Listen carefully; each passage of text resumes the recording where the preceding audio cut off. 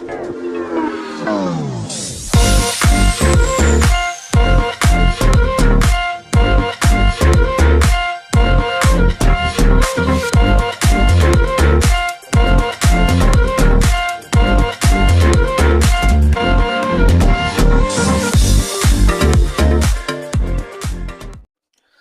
semua, selamat datang ke channel Vels Lifestyle.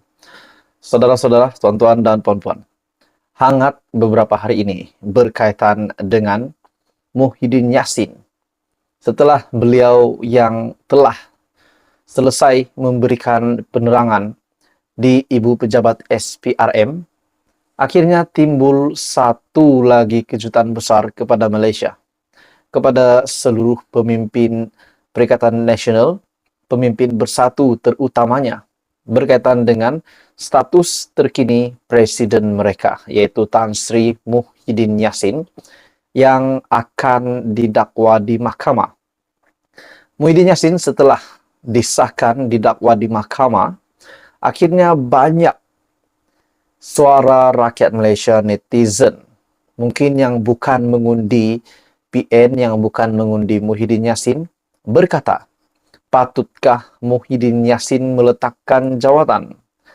Rakan-rakan saya bercerita dengan beberapa rakan. Mereka juga kata, patutkah Muhyiddin letak jawatan? Patutkah Presiden Bersatu meletakkan jawatan setelah status beliau kini yang dihadapkan ke mahkamah? Setelah 8 jam memberikan keterangan kepada SPRM, akhirnya, saudara-saudara, tuan-tuan dan puan-puan, Muhyiddin Yassin sah didakwa di mahkamah. Dalam pada itu, banyak yang bertanya, Muhyiddin Yassin didakwa kerana apa?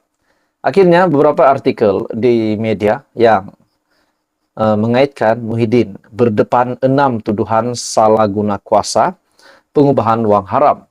Jadi, saudara-saudara, berkaitan dengan persoalan, adakah Muhyiddin Yassin akan meletak jawatan? Apa komen Anda?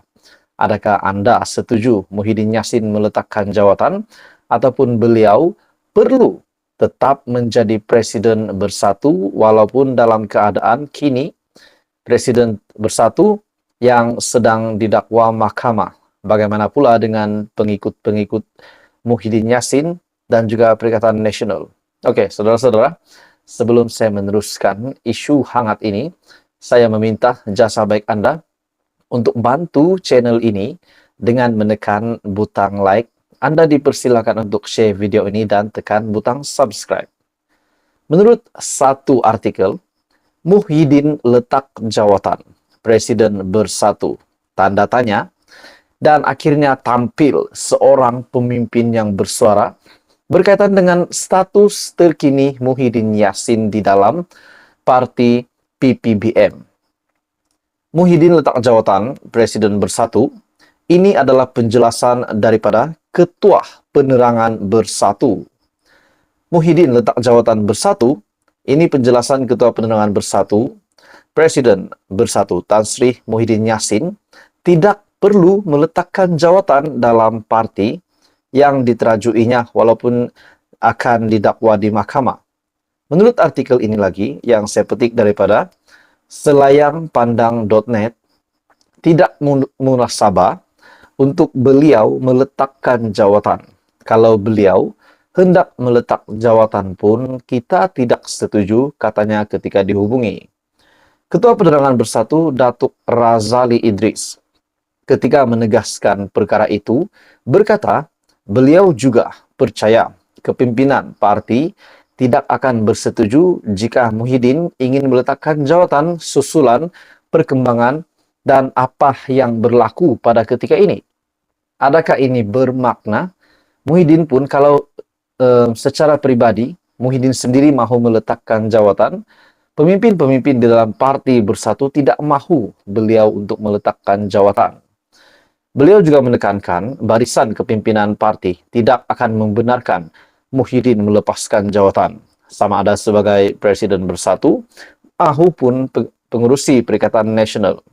Kerana kes dihadapinya didakwa adalah pertuduhan politik.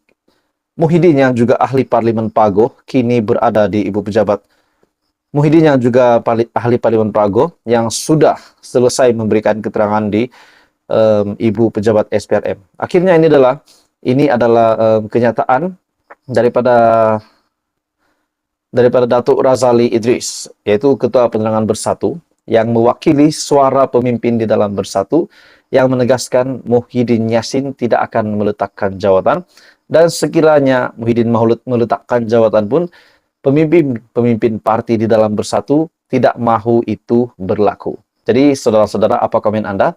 Teruskan bersama di dalam channel ini. Jangan lupa bantu channel ini, tekan butang like, share, dan subscribe. Teruskan bersama di dalam channel ini untuk perkembangan yang seterusnya. Salam sejahtera Malaysia, tuan-tuan dan puan-puan. Setelah Muhyiddin Yassin yang telah menyelesaikan apa yang patut diselesaikan berkenaan dengan keterangan Presiden Bersatu setelah beliau dipanggil di Ibu Pejabat SPRM.